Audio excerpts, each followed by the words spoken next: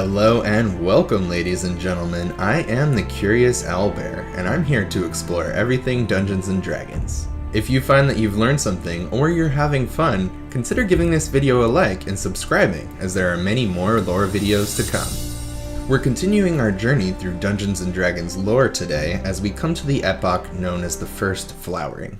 This epoch will cover about 12,000 years as the mortal races begin to appear and spread over Faerun. By about 24,000 years before the Dale Reckoning, the Thousand-Year War has ended, and the giants of Astoria have suffered defeat at the hands of the dragons. These giants are now scattered in a few small clans across the frozen wastes of the north. The power of the Kingkiller Star was harnessed by the Draco Rage Mythal, which drove dragonkind to madness and led to the decline of draconic rule over Faerun. This also contributed to the decline of several lesser draconic deities due to the ambivalence of their followers during the time of dragons. Additionally, the Yuan-Ti of Mahershalk suffered a relentless assault by the Great Worms of the South, which resulted in them being driven from their homeland. On the Isle of Chult, Yuan-Ti battled with the winged serpents of Ubtao the Deceiver, which ended in a stalemate for control of the island. These events have created sufficient space for the various races of elves to begin their rise to civilization as they spread over Faerun. Around 23,900 years before the Dale Reckoning, Gold Elves, also known as Sun Elves, founded the kingdom of Aravandar within the High Forest. This kingdom would later become one of the most influential nations during the Crown Wars. Over the next several centuries, elves of several races, including Gold, Moon, and the Eleutheri, spread across Faerun in the Shar, the forests of Amtar, and the High Forest. By about 21,000 years before the Dale Reckoning, three prominent elven nations had been established in the Thornwood: the Syorpir, the Arnitar, and the Ayalur. They continued to expand their knowledge and societies over the next 1,000 years until skirmishes broke out in the Duskwood between the Elves and the Eleutheri. These small skirmishes continue for 7 millennia. There is also some evidence of oceanic battles in Seros between the Merfolk, Ayakatha, and Sahuagin during this time. Approximately 3,200 years after the founding of Ayalur, the High Moor and the Misty Forests were settled by Wild Elves and Dark Elves, who named their civilization Mayaratar.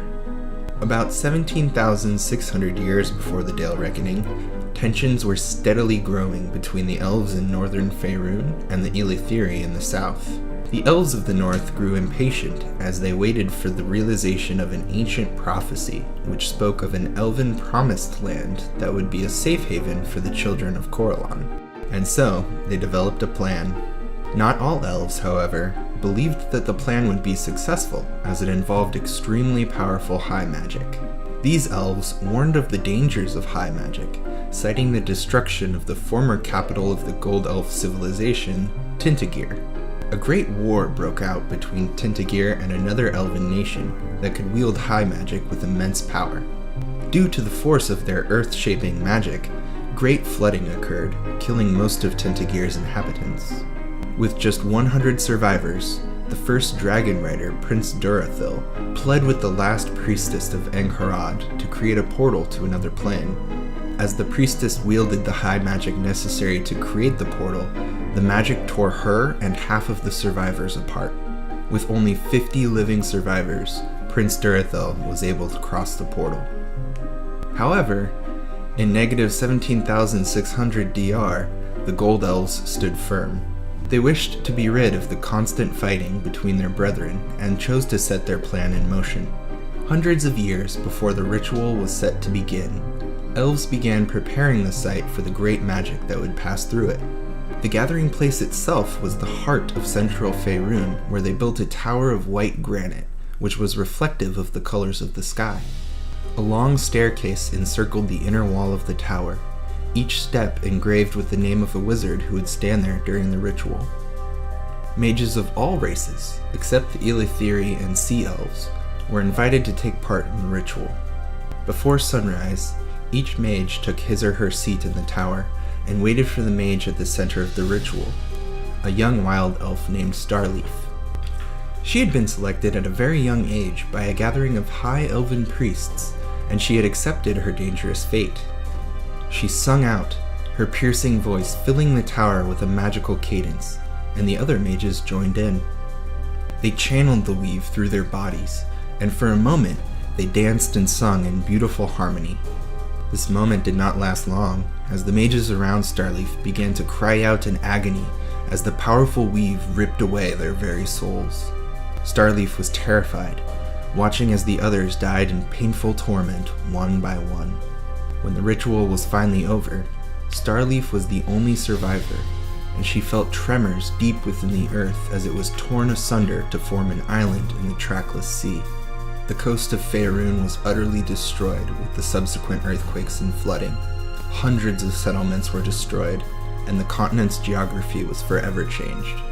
Unknown to the Northern Elves at the time was that this also resulted in the destruction of the Dark Elf city at Tornash, which was comprised of the followers of Veyron. In this moment, Lolth surpassed Veyron as the dominant deity of the Dark Elves. However, with all of this sacrifice, the ritual succeeded. The island of Evermeet rose from the depths of the sea. Starleaf was overwhelmed with the casting of the ritual, and her consciousness left her. She awoke on the island of Evermeet, and the gods Corellon and Angharad were waiting. They revealed that they had assisted the elves, warning that the elves would not have succeeded without the help of the deities. This also meant that the two gods were partially responsible for the destruction of Faerun. As a testament to the lives lost in the formation of the island, Angharad and Corellon each planted a tree of souls in the middle of Evermeet and gifted their protection to Starleaf. For centuries after, this event would be known as the Sundering, or the First Sundering. About 100 years after the First Sundering, the independent Sylvan realms of Thiarnatar, Ayalur, and Siorpir began talks to unify the elves of the Saderwood. These talks would continue for several centuries, as small skirmishes would break out and subside. 400 years into the negotiations, Eleuthery's spies killed many of the leaders, framing their opposition. This act drove the elves into a multi-front war called the War of Three Leaves, and the Eleuthery influence would not be discovered for several centuries. After 200 years of ongoing conflicts, many elves chose to leave the surface in search of more peaceful settlements. For the next 7 millennia, elves continued to vacate the surface of Toril. About 16,800 years before the Dale Reckoning, the War of Three Leaves finally ended as relative peace was restored among the 3 elven nations. Skirmishes did continue, however, and the 3 elven nations never fully recovered as Aravandar began to rise to power. In negative 15,300 DR, Coronel Ivosar Vaishan led the Aravandar to the height of its power. Over the next several hundred years, its rulers would attempt to peacefully and diplomatically annex the surrounding lands into their realm, and thus under their control. In negative 14,700 DR, Aravandar attempted to annex Miaratar, but Miaratar resisted. The rulers of Aravandar would continue to make the offer over the next several hundred years, as Miaratar became the center for elven art and high magic on Faerun. Around 14,000 years before the Dale Reckoning, the first human barbarian clans began to appear in Keltormir.